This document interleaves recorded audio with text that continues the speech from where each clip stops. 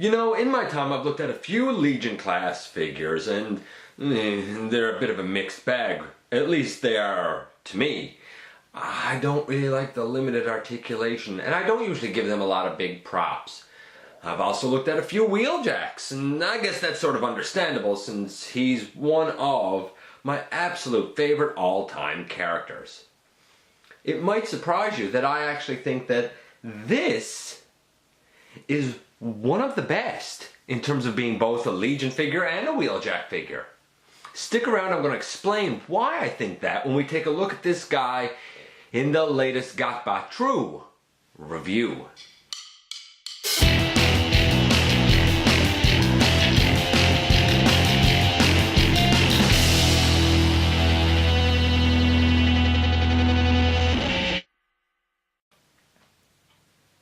Hey guys, welcome back to the channel. I'm your host, your humble host, Dennis Moulton, aka GotBot. As always, please like, comment, subscribe, share.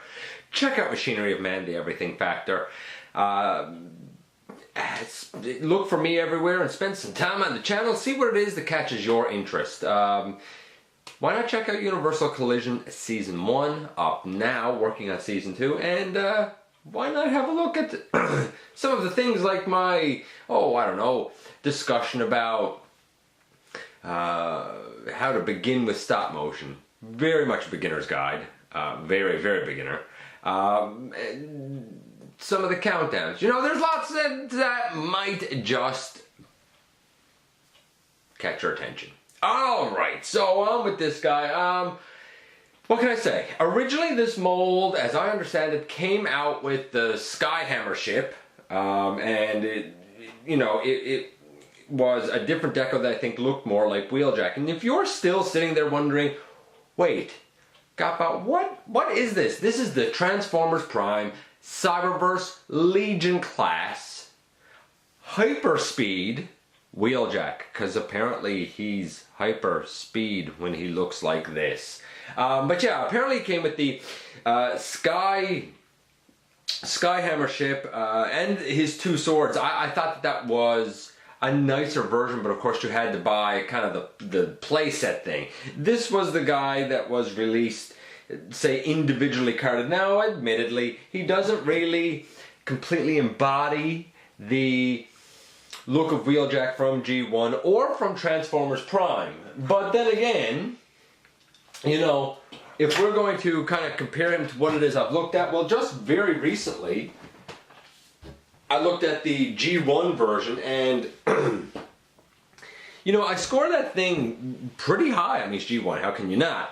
I looked at a KOMP, and while I think the paint apps look fantastic on it, and it is a good figure, it's not perfect, and that kind of grind my gears in terms of calling itself a masterpiece, calling itself something that you associate with perfection, but that's a complaint for another day. I think the two that pretty much are really worthy of kind of comparison here is this guy. Well, this is at least is the Beast Hunters version of Deluxe Class Wheeljack from Transformers Prime.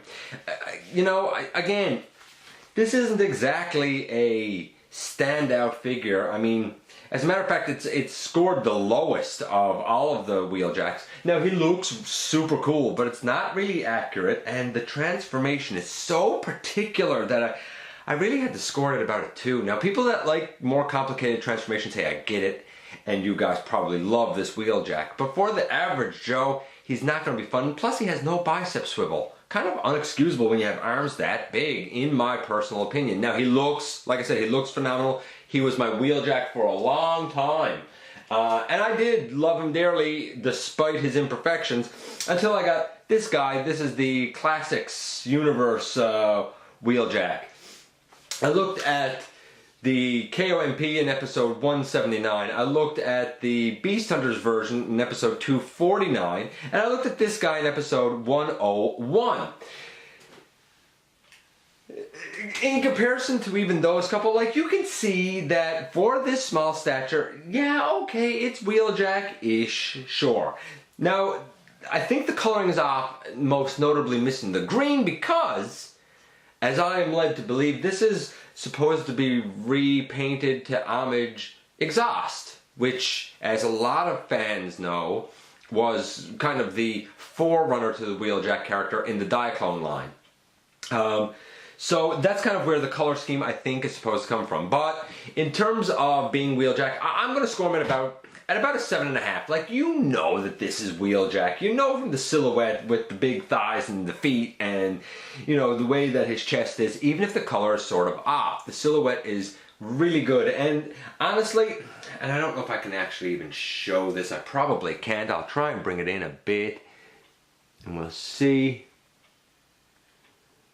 His head sculpt is quite Wheeljack-esque. I mean, I think that that's pretty good. I really do. Now, he does come with, and I have it pegged in on his back, and I should note that on his back we have a peg hole here, a peg hole here. I guess they're 3mm pegs, and they can store a number of little Legion blasters and whatnot, accessories.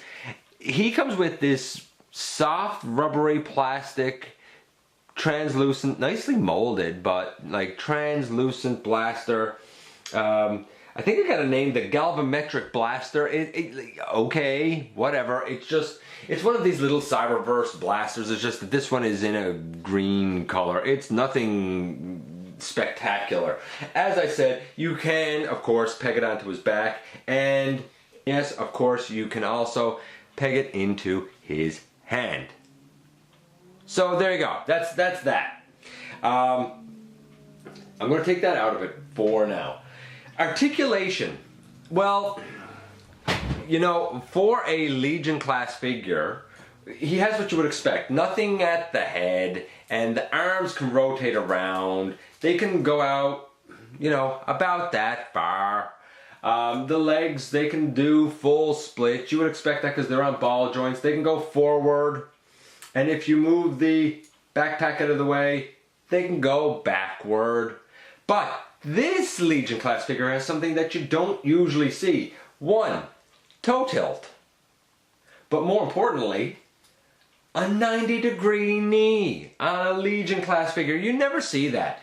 Honestly, pretty much the only thing for this size class that I feel like this guy could possibly, you know, have as an improvement would be, I guess, elbows. But even that is stretching it because he's really quite good. I'm going to give his articulation, again, for the size class that we're talking about here.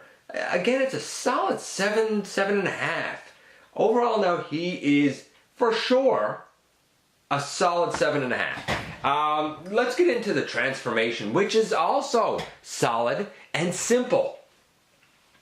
Where do we begin? Okay, so we put down his toes.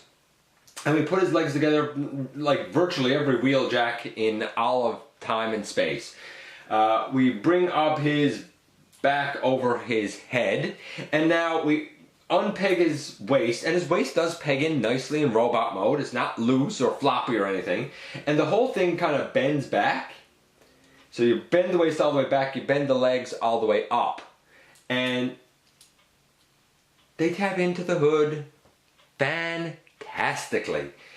Take the arms, swing it around and swing it around so that you have all four tires pointing down in the same direction, and then angle the arm back, and